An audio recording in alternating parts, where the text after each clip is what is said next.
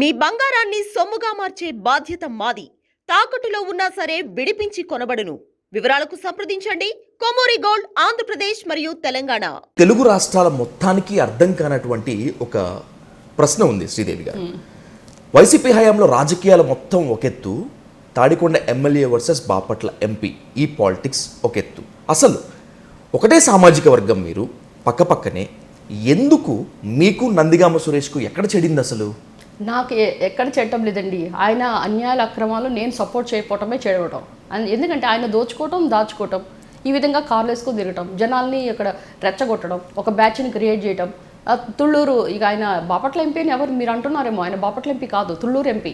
అక్కడ తుళ్ళూరులో ఒక సిట్టింగ్ వేసి అక్కడ పొద్దున్నే 12 గంటలు లేచి వెళ్ళిపోయి సీఎం ఆఫీస్కి వెళ్ళి పేపర్ చదువుకుని కాఫీ తాగేసి బయటకు రావు. అంతే ఆయన చేసే పని. ఇక రాత్రంతనేమో ఇసుకలు తోలటం. ఇది ఎంపీయా? సో ఈ విధంగా చూసి ఇక జనాలందరినీ రెచ్చగొట్టి నాకు మొత్తం బాధ్యతలు అప్పగించారు, ఆమెదేం లేదు, ఆమె కూసాలు ఇరిగిపోతే పక్కన వాళ్ళు మాట్లాడటం, ఆ భాష ఎందుకు నాకు తెలీదు. అంటే ఒక ఎమ్మెల్యే, మహిళ, దళితులు అంటే ఏంటంటే చదువుతూనే సంస్కారం వస్తుంది. చదువు లేని వాడు ఒక వింత పశువు అని ఎలా ఉంటారో ఆయన చూస్తే నాకు అర్థమైంది. ఇక ఒక మహిళ ఎమ్మెల్యే కష్టపడి గెలిచింది, తన పని తను చేసుకుంటుంది, డాక్టరు అని, అది కూడా లేకుండా ఇంకేది జ్ఞానం లేక రకరకాల ట్రోలింగ్స్, రోజుకొక ట్రోలింగ్, రోజుకో 10 మందిని తీసుకెళ్ళి కంప్లైంట్స్ ఇవ్వడం. ఇప్పుడు ఇన్ని సరే, ఆయన అధికార పార్టీని వదిలేసి ఇప్పుడు వాళ్ళు ప్రతిపక్షంలో ఉన్నప్పుడు ఆయన కేసులన్నీ తీసుకున్నారా? ఆయన ఏమేం చేశారు? ఎలిగేషన్స్ అని బయటకు వచ్చినాయి. నేను 1.5 year ముందే అధికార పార్టీ నుంచి ప్రతిపక్షంలోకి వచ్చాను. మరి నా మీద ఇన్ని ఎలిగేషన్ వాళ్ళు ఏది? Where is the proof? Where is the evidence? నేను ఏదైనా ఒక 10 ఎకరాలు నొక్కేసాను చూపించగలిగారా? ఒక కేసు వేసారా? లేదా నేను ఇక్కడ కొట్టేసేసాను, ఒక 100 కోట్లు కొట్టేసాను, ఏమైనా కేసు వచ్చిందా?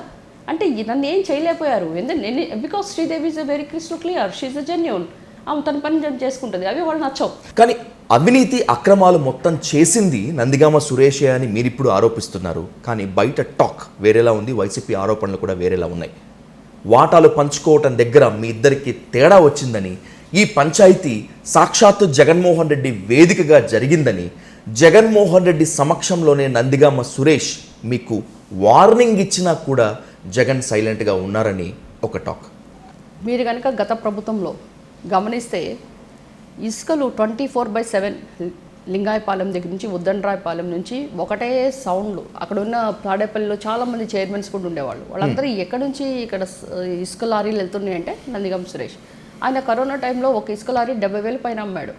సో ఈ ధనమంతా ఎక్కడికి వెళ్తుంది అంటే ఏంటంటే, ఇక్కడ వైసీపీ పార్టీలో నువ్వు ఏం చేస్తున్నావు కాదు, నువ్వు దోచుకో, ఇక్కడ వాటా ఇవ్వు. That is the concept. ఇప్పుడు 100 కోట్లు సంపాదించు, ఒక 50 కోట్లు పట్టురా. అంతేకాని శ్రీదేవి నార్మల్గా పనిచేస్తే శ్రీదేవి వాళ్ళకి ఏం అవసరం? వాళ్ళకి ఈ నిధులు ఎక్కడి నుంచి వస్తాయి? వాళ్ళ అక్రమార్జన ఎట్లా వస్తుంది?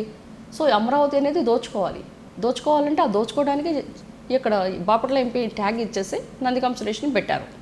సో ఆయనకి చదువు రాదు కనుక, బాపట్లలో వెళ్ళలేడు కనుక, పార్లమెంట్లో మాట్లాడలేడు కనుక ఆయనకి ఏం పని చెప్పగలడు? ఇసుక దందా చెయ్యి, మైన్స్ దోచేసాయి, కంకర కొట్టేసాయి, ఇక్కడ నిధులు ఏమవుతాయో గుప్త నిధులు పట్టుకురా. That is his assignment.